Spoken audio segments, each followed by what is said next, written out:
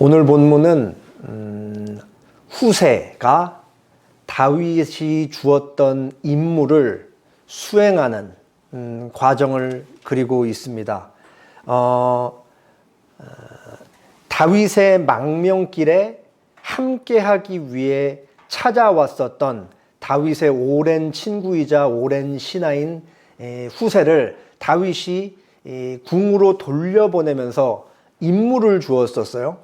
그 임무가 뭐냐면은 너는 돌아가서 궁 내에 있는 압살롬의 반역 세력 사이에서 있는 정보를 나에게 좀 가져다 줘라. 그래서 이제 중간 책들은 당연히 많이 있는 거죠. 그리고 아히도벨의 그 전략을 패하게 해라 라는 그 임무를 주었습니다. 오늘 이제 후세가 다윗이 주었던 임무를 어떻게 수행하는지 그 과정을 상세히 그리고 있습니다. 이게 아주 아슬아슬하게 일이 진행이 돼요. 중간 책에서 일이 조금만 틀어지면은 다윗에게 정보가 전달이 안 되고 다윗과 다윗과 함께 있는 사람들이 어떻게 될지 모르는 큰 일이 벌어질 수도 있는 상황이었습니다. 오늘 말씀을 통해서 하나님께서 자기 백성이라 부르는 하나님의 자녀들을 어떻게 지키시는지 생각해 보도록 하겠습니다. 압살롬이 반란군을 이끌고 예루살렘 성읍을 장악을 했어요. 그리고 이제 진작에 다윗은 도망갔습니다. 예루살렘 수도 성읍을 장악한 다음에 압살롬이 최고의 지략가인 아히돌벨에게 우리가 이제 뭘 어떻게 하면 되겠습니까? 라고 이제 질문을 합니다. 그러자 아히도벨이 첫 번째로 했던 이야기, 이제 당신을 도운 사람들이 두려워하지 않게 두려움을 다 사라지게 하기 위해서 왕궁 옥상에 가서 온 백성에게 당신이 다윗의 후궁들과 동침함으로써 당신이 이제 왕위를 가졌다라는 것을 널리 알리십시오. 그래서 이제 돌아올 수 없는 강을 건너십시오. 라고 그렇게 얘기를 했습니다. 압살롬이 그대로 행동을 하죠. 그리고 이제 오늘 본문 17장 1장이 바로 이어지는 내용이에요. 아히도벨이 구체적인 전략을 제시를 합니다. 아히도벨이 먼저 압살롬에게 군사 12,000명을 자기에게 달라 그래요. 그래서 골든타임은 바로 이 밤, 오늘 밤입니다. 오늘 밤을 넘기면 우리의 반란은 성공으로 마무리되기 힘듭니다. 그러니까 당신은 명을 내려서 나에게 군사 12,000명을 주십시오. 내가 12,000명을 데리고 가서 지금 다윗이 있는 곳을 찾아가서 기습을 할 테니까 거기 있는 군인들이 혼비백산할 때 제가 다윗만 죽이겠습니다. 다윗만 사라지면 반란은 성공으로 마무리될 것입니다. 라는 전략을 그렇게 얘기를 합니다. 그래서 이제 기습을 제안한 것이죠. 그리고 다윗만 죽이면 다윗을 따르는 군사들은 당연히 이제 압살롬 편으로 넘어올 것입니다. 라고 그렇게 얘기를 한 것이었습니다. 아히도벨의 이 전략은 너무 명료했고 아주 좋았어요. 그래서 압살롬은 왕궁에서 기다리고 있으면 되고 나머지는 자기가 다 알아서 하겠다. 얼마나 좋아요. 압살롬은 가만히 기다리면 되고 아히도벨이 다 알아서 한다니까. 그런 전략이었는데 압살롬이 듣고 좋아했고 같이 있는 이 회의에 참석한 장로들도 다 좋다고 그렇게 얘기를 했습니다. 그런데 어떤 이유인지는 모르겠는데 압살롬이 우리가 아히도벨 얘기만 들을 것이 아니고 다윗 곁에서 오래 나라를 같이 돌보았던 후세가 우리와 함께 있으니 후세의 의견도 들어봅시다 라고 그렇게 얘기를 한 거. 이거 아주 이상한 거죠. 그래서 후세를 불러요. 후세는 그 회의에는 참석하지 않은데 압살롬이 후세를 부릅니다. 그래서 이제 후세한테 얘기를 해요. 우리가 전략 회의를 했고 아히도벨이 이러이러한 작전을 내놓았습니다. 당신의 생각은 무엇입니까? 근데 우리가 이미 살펴봤잖아요. 아히도벨의 전략은 뭐와 같다 그랬죠? 하나님의 말씀과 같이 여겨졌다. 다윗에게도 그렇게 여겨졌고 압살롬에게도 그렇게 여겨졌다. 그러니까 무고한 거예요. 그러니까 무조건 받아들여야 되는 건데 압살롬이 후세에게도 지금 물어보는 거죠. 그리고 후세도 이 사실을 너무 잘 아니까 조심스럽게 얘기를 하는 거예요. 아히도벨의 전략을 들어보니까 이번에는 좋은 것 같지 않습니다 라고 이렇게 아주 조심스럽게 아히도벨의 전략이 나쁘다라는 사실을 그렇게 얘기를 합니다. 그리고 아히도벨의 전략을 제고해야 되는 이유에 대해서 두 가지로 얘기를 해요. 첫 번째는 뭐냐? 다윗이 지금 아무리 늙었다고 해도 전쟁 경험이 너무나 많은 잔뼈가 굵은 용사이고, 다윗을 지금 지키고 있는 아비새와 요압 또한 한평생을 전쟁을 치르면서 살아온 사람들이기 때문에 이 사람들을 함부로 건드릴 수 없다라는 얘기를 합니다. 그러면서 이 사람들은 지금 새끼를 빼앗긴 고무가 같이 압살롬의 반역 때문에 굉장히 분노하고 있기 때문에 이 사람들을 함부로 건드리면 안 됩니다. 그러니까 이 사람들을 과소평가할 수 없습니다. 이게 제고해야 되는 첫 번째 이유라고 얘기를 합니다. 두 번째는 뭐냐? 다윗은 분명히 따로 잠을 잘 거라는 거예요. 분명히 기습할 것까지 염두에 둬서 그냥 그 다른 군인들과 함께 잠자고 있는 것이 아니라 따로 잠을 잘 것이기 때문에 아히도벨의 전략처럼 우리가 기습한다 그래도 다윗만 죽이기는 쉽지 않을 거다라고 그렇게 얘기를 한 거죠. 그리고 괜히 지금 성난 황소들인 다윗의 군대를 잘못 건드렸다가 압살롬의 군인들 몇 명이 죽기라도 하면은 아무리 사자의 새끼처럼 용맹한 용사라고 하더라도 사람들 죽어나는 거 몇만 보면은 다들 그렇게 정신을 못 차리고 회군할 수밖에 없다라는 그 상황을 그렇게 얘기를 합니다. 그러니까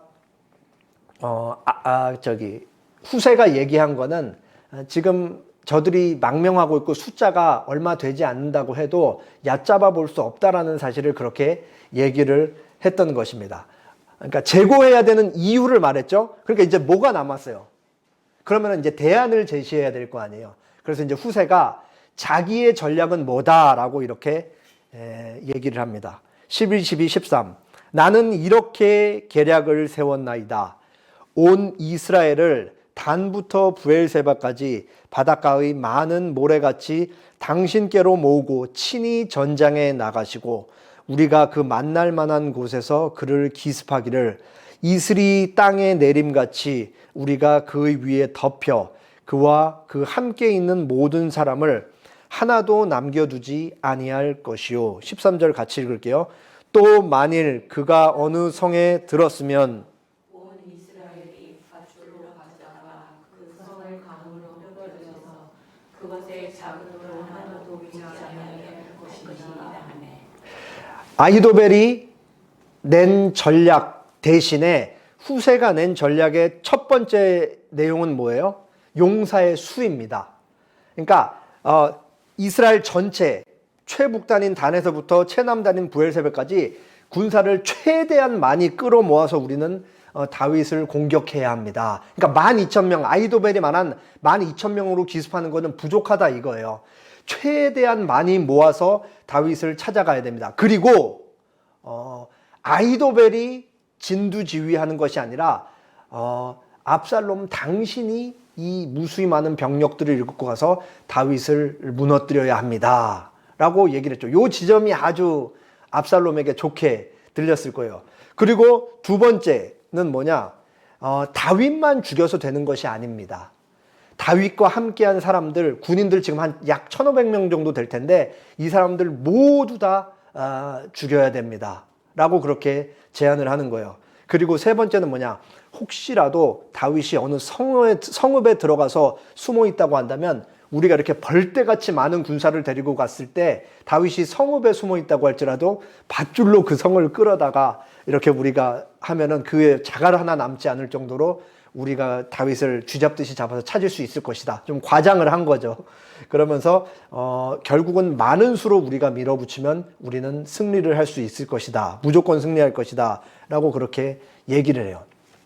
여기서 우리가 잘 생각할 게 후세가 지금 뭐를 하고 있는 거예요?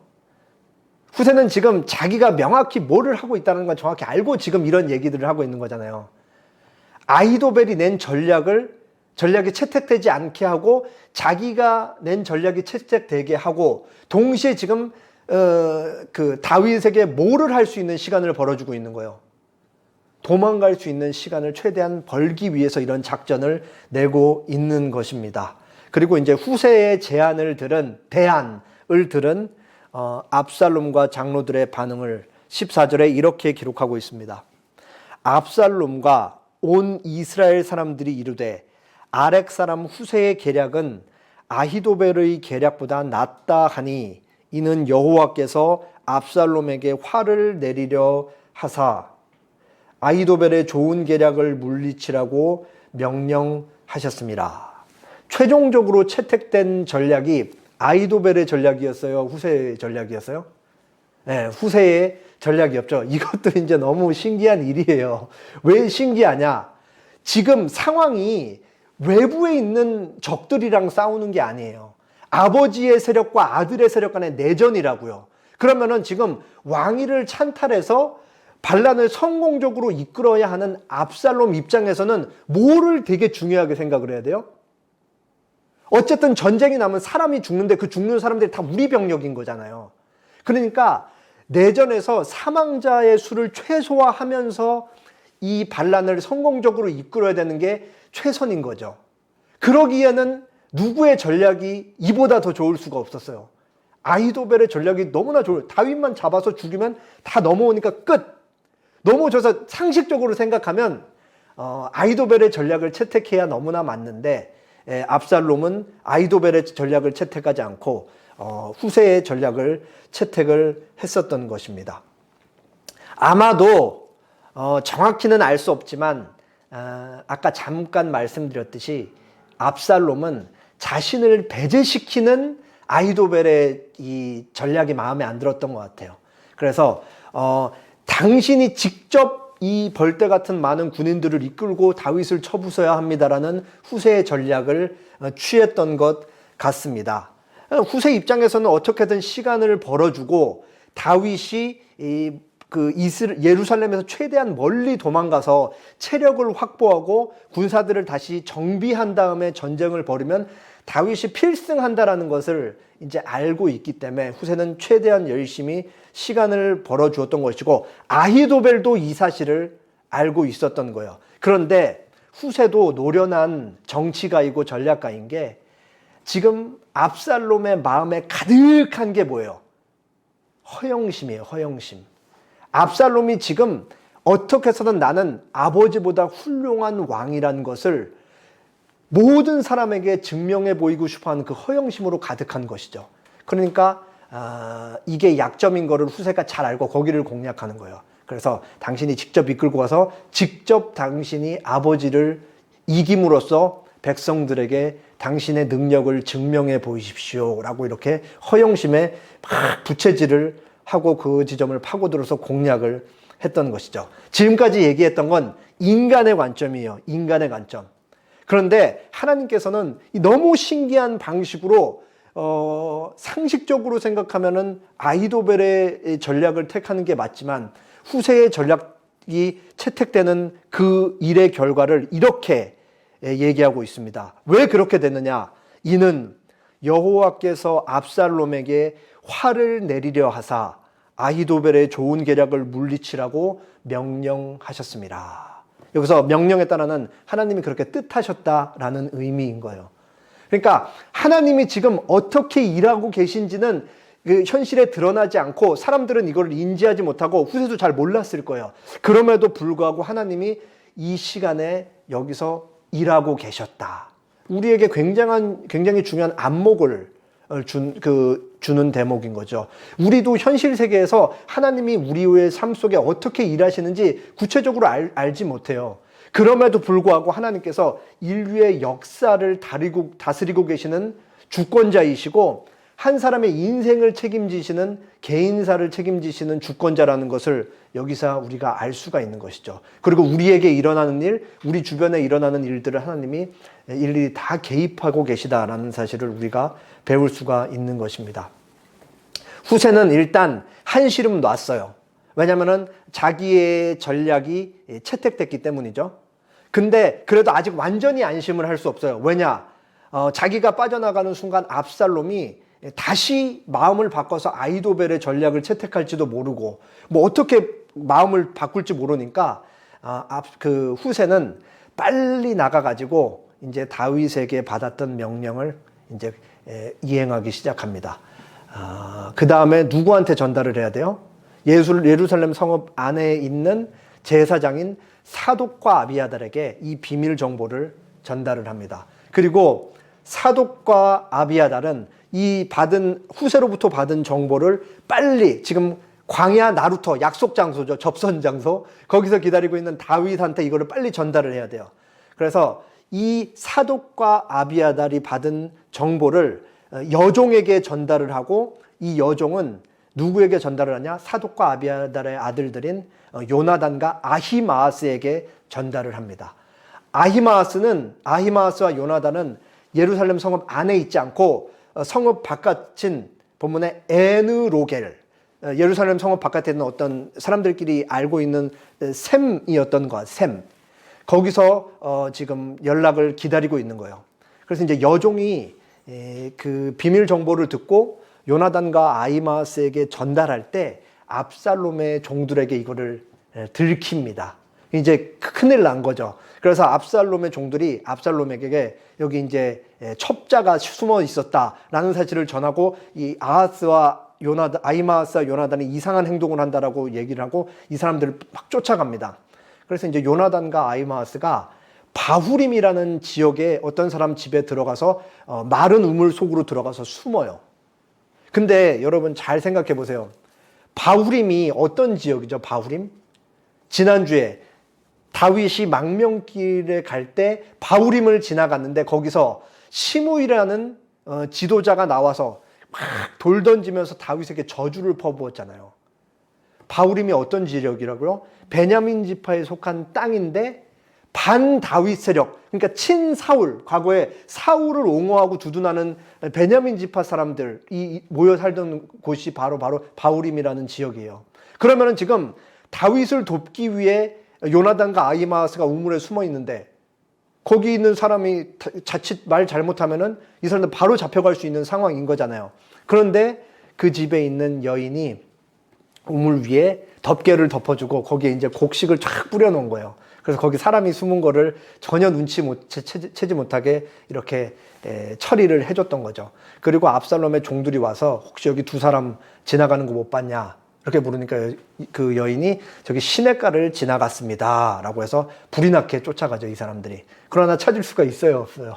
우물 속에 숨어 있으니까 못 찾죠. 그래서 못 찾고 다시 돌아갑니다. 그래서 요나단과 아히마아스는 우물에서 빠져나와서 후세에게서 받은 그 정보를 무사히 다윗에게까지 전달을 합니다. 21절, 22절. 여러분이 22절 읽어주세요. 그들이 간 후에 두 사람이 우물에서 올라와서 다윗 왕에게 가서 다윗 왕에게 말하여 이르되 당신들은 일어나 빨리 물을 건너가소서. 아히도벨이 당신들을 해하려고 이러이러하게 계략을 세웠나이다. 다윗이 일어나 모든 백성과 함께 요단을 건너는데 새벽까지 한 사람도 요단을 건너지 못한 자가 없었다. 압살롬과 이 최고 참모들이 함께한 자리에서 논의되었던 비밀 정보가 다윗에게까지 전달이 되었습니다. 그리고 다윗은 빨리 오늘 밤 그 요단강을 건너라는 후세의 그 엄중한 경고를 듣고 그날 밤에 요단강을 건넙니다. 다윗과 함께한 사람들이 단 한 사람도 빠짐없이 모두 다 요단강을 건넜습니다. 이제 안전해진 거예요. 강 건너는 일이 뭐 쉬운 일은 아니니까. 그래서 이제 그 다윗의 기도가 응답이 됐던 거죠.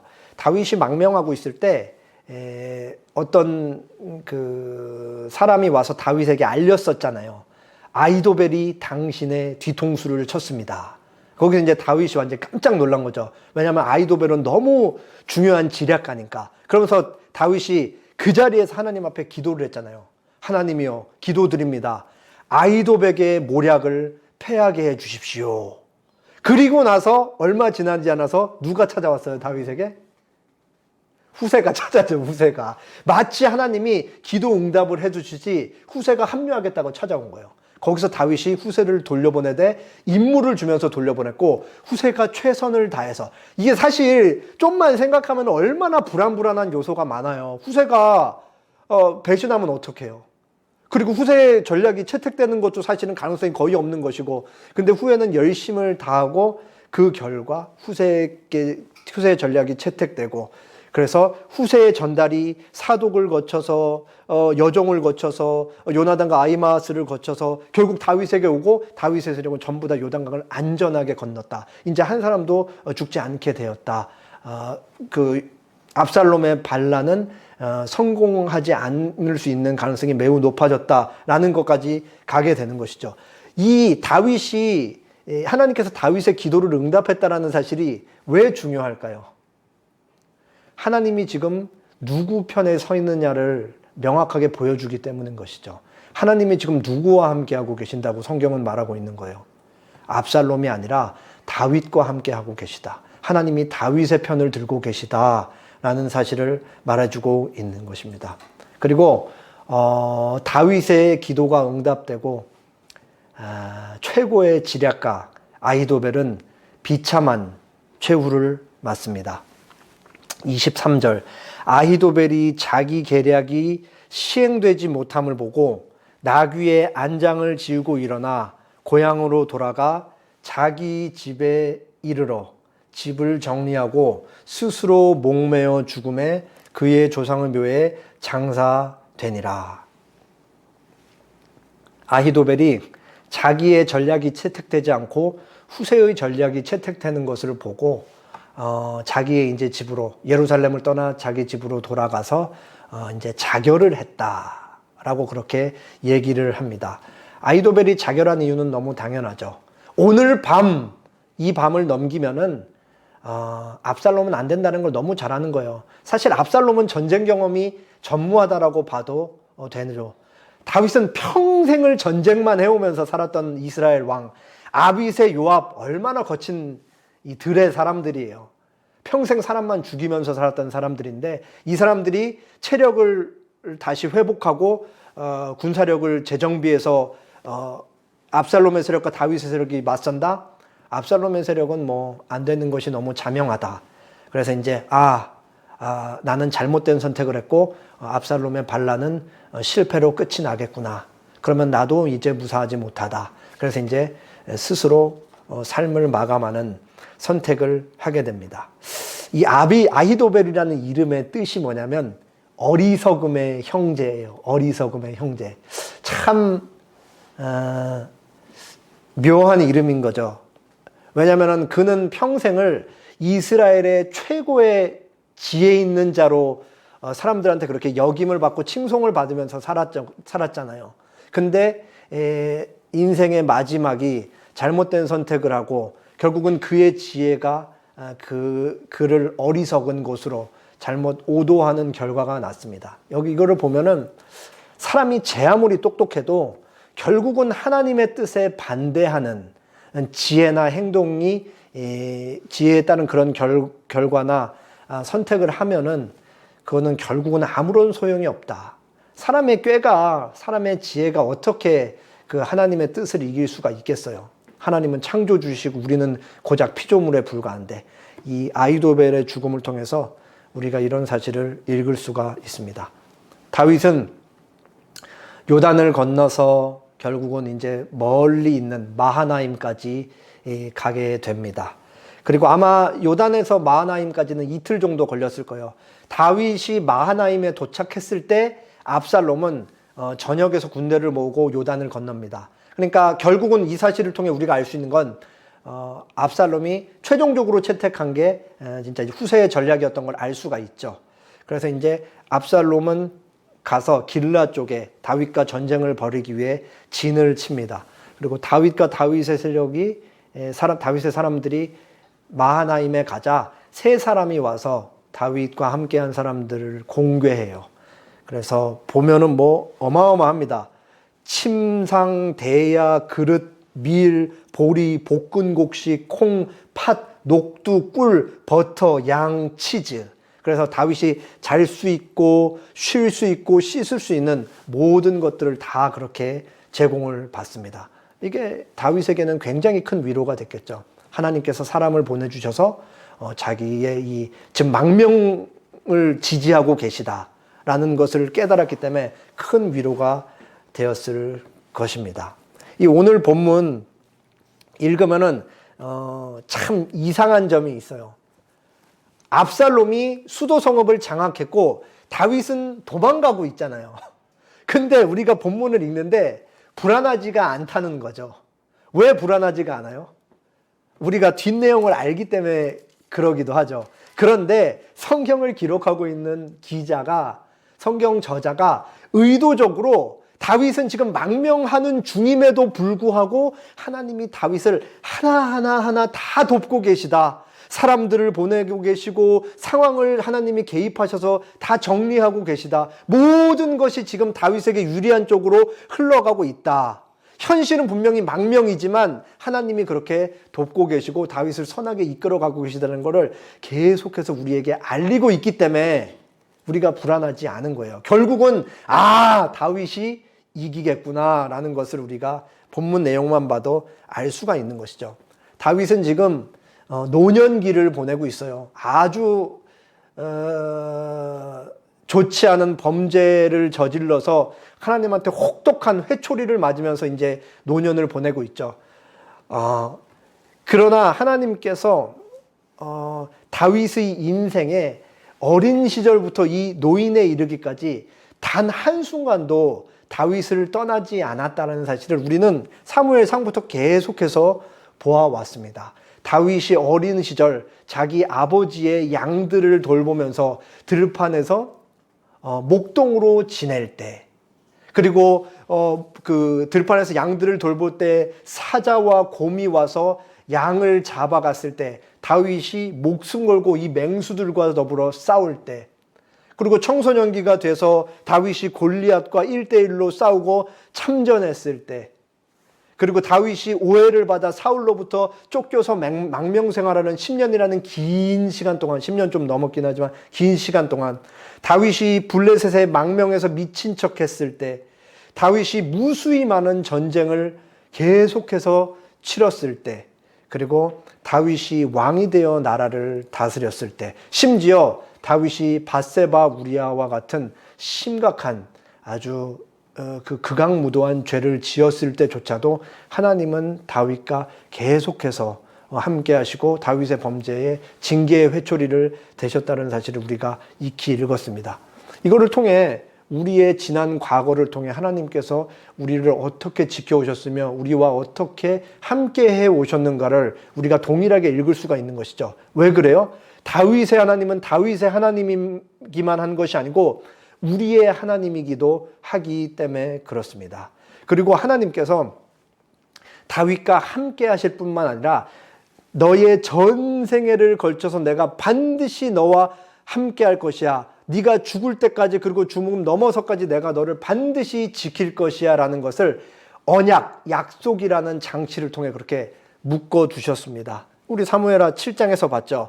내 집과 내 나라가 내 앞에서 영원히 보존되고 내 왕위가 영원히 견고히 설리라. 하나님께서 약속을 통해 다윗의 인생을 하나님의 약속과 결부시켜서 내가 너를 반드시 지킬 거라는 것을 자신의 하나님의 의지를 그렇게 표명을 했던 것이죠. 하나님은 거짓말하지 않으십니다. 그리고 하나님은 사람이 아니시기 때문에 하신 말씀을 취소하거나 변경하지 않으시죠. 그리고 뭐에 방해받지도 않으십니다. 그리고 하나님은 하신 약속을 이루실 수 있는 의지와 능력까지도 갖고 계시죠. 그렇기 때문에 하나님이 한번 말씀하시는 순간 그 약속과 말씀은 한 사람의 개인의 인생에 반드시 일어날 수밖에 없다는 사실을 우리는 성경 전체를 통해 배우고 또 배웁니다. 그리고 하나님께서 다윗에게 주셨던 이 약속의 말씀은 궁극적으로는 누구를 염두에 두시고 하시는 말씀이에요? 여기서 내 집과 내 나라는 다윗의 집과 다윗의 나라이기도 하지만 하나님의 집과 하나님의 나라이기 때문에 하나님의 집과 하나님의 나라를 완전하게 영원토록 견고하게 하실 분이 누구예요? 다윗이 가리키는 먼 미래에 오실 분, 바로 메시아 예수님인 것입니다. 예수님 안에서 하나님의 나라와 하나님의 집이 영원히 보존되고 견고하게 설 것이다 라는 것을 알 수가 있는 것이죠. 바울은 이런 진술을 신약성경에서 말합니다.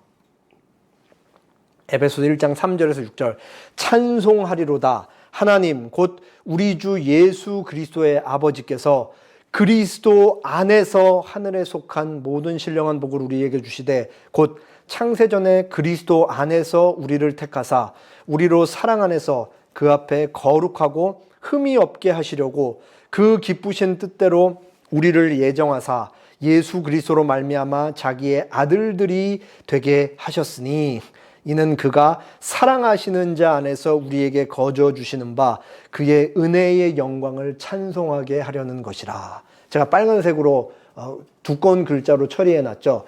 반복되는 표현이 뭐예요? 예수님 안에서 예수님 안에서 예수님 안에서 예수님 안에서가 너무 중요하다는 거예요.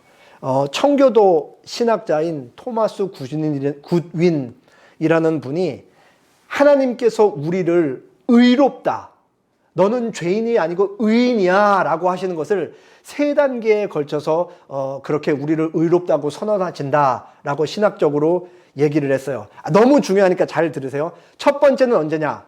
온 세상이 창조되기 이전에 성부와 성자와 성령 하나님 사이에 있었던 언약 내용에서 하나님이 자기 사랑의 대상을 두고 의롭다라 그런 거예요. 근데 그냥 하신 게 아니고 바로 예수 그리스도 안에서 그렇게 하신 것이죠. 성부 하나님은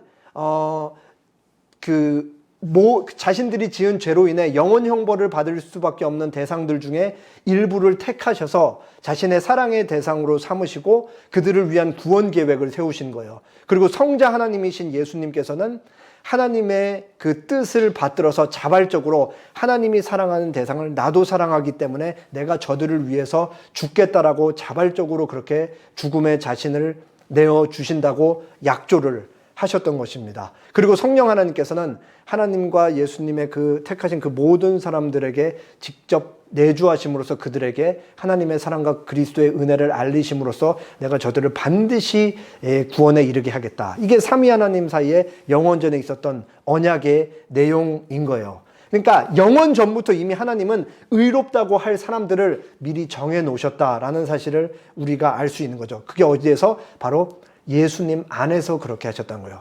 그럼 두 번째, 하나님은 언제 죄인인 우리를 의롭다 그러시냐? 시간이 되어서 2000년 전에 예수님께서 이 땅에 성육신 하셨죠. 그리고 예수님께서 십자가에서 못 박혀 죽으신 다음에 부활하실 때 하나님께서 부활하신 예수님 안에서 예수님을 의롭다 하면서 동시에 예수님 안에 있는 우리들까지 다 의롭다고 그렇게 선언하신 것입니다. 그리고 마지막 언제겠어요? 이 땅에서 우리가 태어나서 살다가 어느 시점에 예수님을 믿을 때 하나님이 우리를 의롭다고 하시는 거예요. 하나님께서 신상윤을 1983년에 태어나게 하시고 이 땅에서 살아가게 하시다가 어느 시점에 신상윤으로 하여금 예수님은 나의 주님입니다. 예수님이 나의 모든 죄를 위해 십자가에 못 박혀 죽으시고 부활하셨습니다. 라는 고백을 하도록 그 일이 반드시 일어나도록 그렇게 이끌어 주셨다. 그래서 신상윤이 예수님을 나의 주님이라고 고백할 때 그리고 여러분이 신앙을 고백할 때 의롭다라고 그렇게 얘기를 한다라는 것입니다. 이게 왜 중요하겠어요? 우리가 현실 세계에서 살다가 예수님을 나의 주님이라고 고백하는 것은 이미 영원전으로 거슬러 올라가서 하나님의 선택에 따른 결과라는 것을 얘기를 하는 것이죠.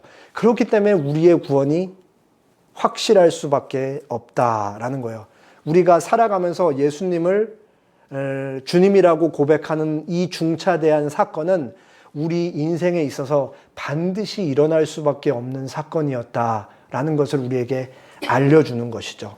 영혼의 세계로 거슬러 올라가서 온 세상이 창조되기 이전에 그리고 세상이 창조된 이후에 하나님께서 구속 역사를 쭉 이어오면서 하나님의 약속을 한 번도 어기지 않고 신실하게 이끌어 오시다가 이 땅에 예수님이 성육신하시고 예수님이 부활하실 때 그리고 2000년이나 지금 지난 우리 세대에 우리가 이 땅에 살아가면서 우리가 예수님을 믿음으로 고백할 때 그렇게 예수님은 나의 주님이 되는 것이고 나의 소유가 되는 것입니다.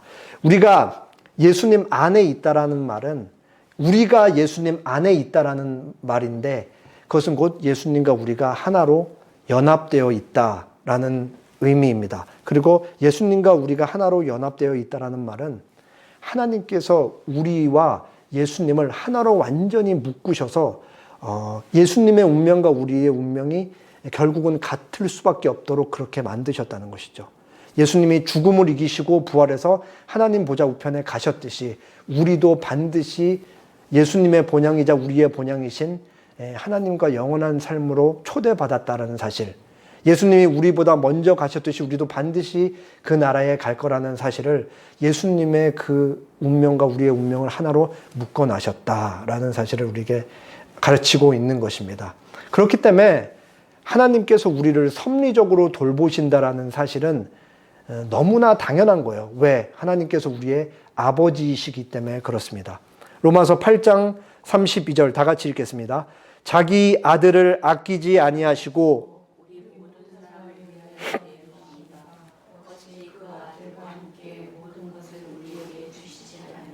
자기 아들을 아끼지 아니하시고 우리 모든 사람을 위하여 내주신 하나님께서 어찌 그 아들과 함께 모든 것을 우리에게 주시지 않겠느냐. 이 말씀의 이 깊이를 예수 그리스도 안에서라는 말씀과 결부지에서 이해를 하실 수 있겠죠. 이 말씀은 하나님께서 자기에게 가장 소중한 존재인 예수님을 내어주셨기 때문에 우리에게 가장 값진 차도 주시고 넓은 평수의 집도 주시고 우리가 부자 되게 하신다. 이런 기복의 근거의 말씀으로 주신 그런 말씀이 아닌 거예요. 너희의 그 운명이 예수 그리스도 안에서 지워졌다. 예수 그리스도의 어떠하심과 같이 너희도 반드시 그와 같이 될 것이다.